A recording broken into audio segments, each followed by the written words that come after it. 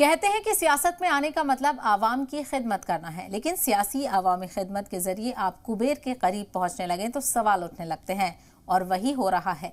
हिमाचल प्रदेश के सीएम जयराम ठाकुर के साथ 5 साल में जयराम ठाकुर की जायदाद दुगनी हुई तो लोग पूछने लगे कि सीएम साहब को कुबेर का आशीर्वाद कहां और कैसे मिला। जनसेवा एक ऐसी मेवा है जो देती है तो छप्पर फाड़ कर देती है।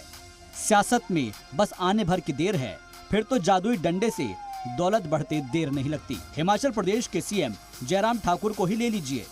सीएम रहते हुए 5 साल हो गए। इन 5 साल में दौलत वाली छड़ी ऐसी घूमी कि 3 करोड़ 27 लाख वाली संपत्ति सीधे दोगुनी के करीब हो गई। यह खुलासा हुआ है जयराम ठाकुर के उस शपथ पत्र से जो उन्होंने असेंबली इंतखाब लड़ने के लिए नॉमिनेशन फाइल किया है। 2017 के चुनावी हलफनामे के मुताबिक उनके पास 3 करोड़ 27 लाख की कुल संपत्ति थी, जो 2022 में बढ़कर 6 करोड़ 28 लाख रुपए हो गई है। 2017 में सीएम जयराम ठाकुर के पास 1 करोड़ 20 लाख 39,466 रुपए की चल संपत्ति थी, जो 2022 में बढ़कर 1 करोड़ 79 लाख 48,614 रुपए हो गई है।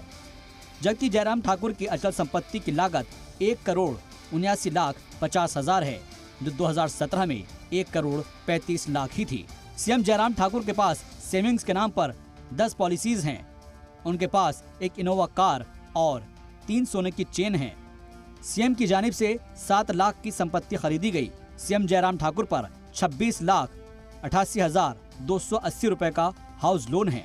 मंडी में खेती की जमीन और मंडी में ही 7 बिस्वा में बना एक घर भी जयराम ठाकुर के नाम पर है। शिमला में भी एक घर जो सीएम और उनकी अहलिया दोनों के नाम पर है। इस शपथ पत्र में सीएम के तौर पर मिलने वाले वेतन, किराया, ब्याज से होने वाली कमाई और किसानी को जयराम ठाकुर ने अपनी इनकम का जरिया बताया है।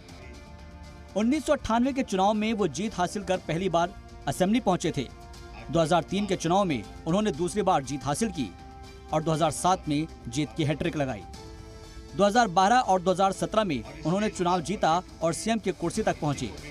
पार्टी के सीएम चेहरे प्रेम कुमार धूमल के चुनाव हारने के बाद जयराम ठाकुर को 2017 में सीएम बनाया गया था। अब वो इस बार के चुनाव में फिर से सिराज सीट से मैदान में हैं। उन्होंने उम्मीद जताई है कि आवाम एक बार फिर से उन पर भरोसा जताएगी। ब्यूरो रिपोर्ट, जी मीडिया।